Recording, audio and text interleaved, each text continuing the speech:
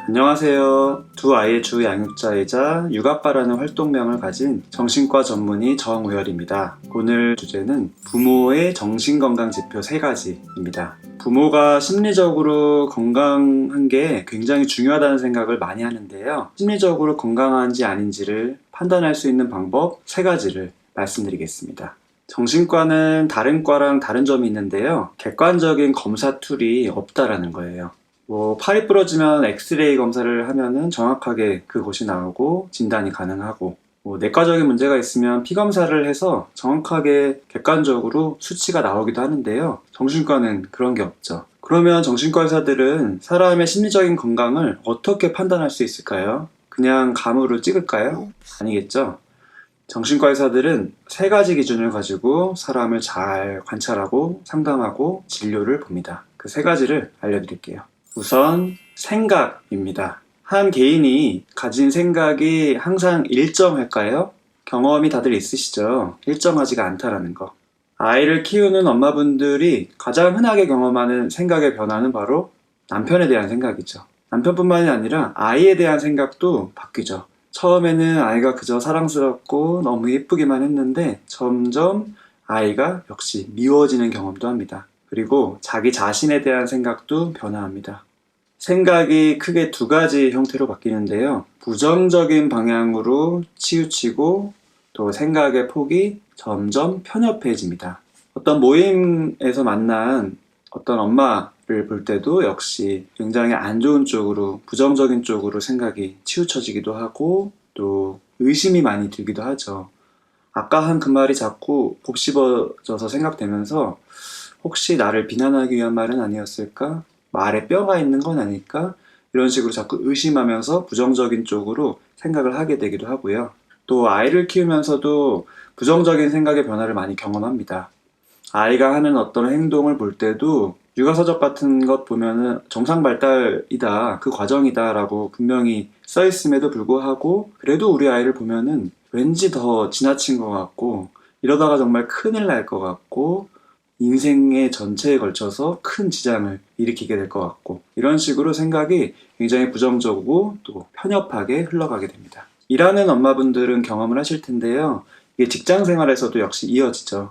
수많은 사람들을 만나잖아요. 상사나 동료 또 다른 고객에 대한 생각이 역시 부정적으로 편협하게 치우치게 됩니다. 생각이 이렇게 부정적으로 편협하게 흘러가는 방향도 있고 또 다른 방향도 있는데요. 그냥 멍해지는 경우가 있습니다. 이거 역시 엄마분들이 많이 경험하기도 하고 특히 아빠분들이 심리적으로 건강하지 않을 때 그냥 아무 생각이 없어지고 집중력이 흐려지고 멍해지기도 하는 경험을 합니다. 2번째로는 감정이 변화합니다.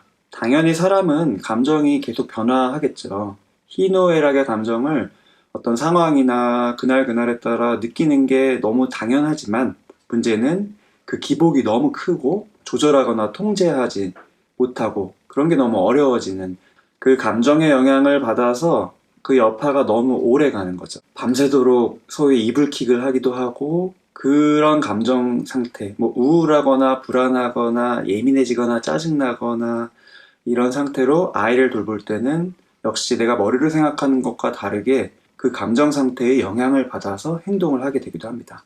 역시 일하는 부모는 직장에서도 지장을 받게 되어 있죠. 감정적으로 편안한 상태가 아닐 때에는 역시 업무에 지장이 크기 마련이니까요. 직장에서 만나는 인간관계에도 지장을 많이 주고요. 이 기복이 너무 크고 조절되지 않는 면도 있지만 또 반대로 역시 감정적으로 아무런 느낌이 없어지는 경우도 있습니다. 감정 불능증이라고 하는데요. 이거 역시도 감정적으로 너무 힘들 때 흔히 나타날 수 있는 증상입니다. 마지막으로 3번째로는 행동이 바뀝니다. 겉으로 티가 나고 남들이 쉽게 알아챌 수 있죠. 목소리의 톤도 바뀌고 말의 속도도 바뀌고 또 행동하는 모습, 움직임도 굉장히 둔해지고 느려지기도 하고 반대로 초조한 형태로 막 부산해지기도 하죠. 엄마분들이 보통 많이 스트레스 받을 때 경험을 하시죠. 하루 종일 집을 왔다 갔다 자꾸 하게 되죠. 하지만 정작 하고 있는 거는 없는 그런 상태를 발견할 때도 많고요. 말과 행동이 감정의 영향을 받아서 또 생각의 영향을 받아서 굉장히 공격적이 되기도 하죠. 예민하게 나타나기도 하고요. 이런 것들이 역시 육아에 지장을 주기 마련입니다. 흔히 아이가 같이 놀자고 또는 책을 읽어달라고 이런저런 요구를 참 많이 하는데요. 내가 머리로는 이해하고 또 마음으로는 그렇게 해주고 싶어도 이 행동이 못 이루어지기도 합니다. 에너지가 떨어지기 때문에 이상적인 양육 행동을 하기가 너무 힘든 거죠. 심지어는 어떻게 보면 육아의 가장 기본인 아이를 먹여 살리는 것도 참 쉽지 않은 경우도 많이 있습니다. 밥을 차려주기도 너무 버겁고 또 끼니를 건너뛰기도 하는 거죠. 지금까지 말씀드린 생각과 감정과 행동 이 세 가지는 서로 또 영향을 줘서 악순환을 일으킵니다. 당연하겠죠. 감정적으로 굉장히 불안하고 우울하고 짜증날 때는 생각 역시 부정적이고 편협하게 치우치겠고요. 그런 생각을 하다 보면 감정적으로는 더욱더 힘들어지겠죠. 그리고 역시 행동에 영향을 미치기 마련이고요. 이 세 가지 축이 다 변화가 될 수도 있고 이것 중에서 두 개나 한 가지만 변화가 될 수도 있고 어느 정도 변화가 되었는지 어떤 게 변화가 되었는지를 정신과 의사들은 체크를 꼭 합니다. 이 방송을 보시는 부모님들도 나 자신의 이 세 가지가 기존과는 좀 다르진 않은지 또는 우리 배우자의 이 세 가지가 변화되고 있진 않은지 그리고 또 우리 아이를 대할 때 역시도 이 세 가지 축에 의해서 아이를 잘 관찰하면은 심리적인 건강을 잘 관리하는데 가장 기본적인 도움이 되실 것 같습니다. 시청해주셔서 감사합니다.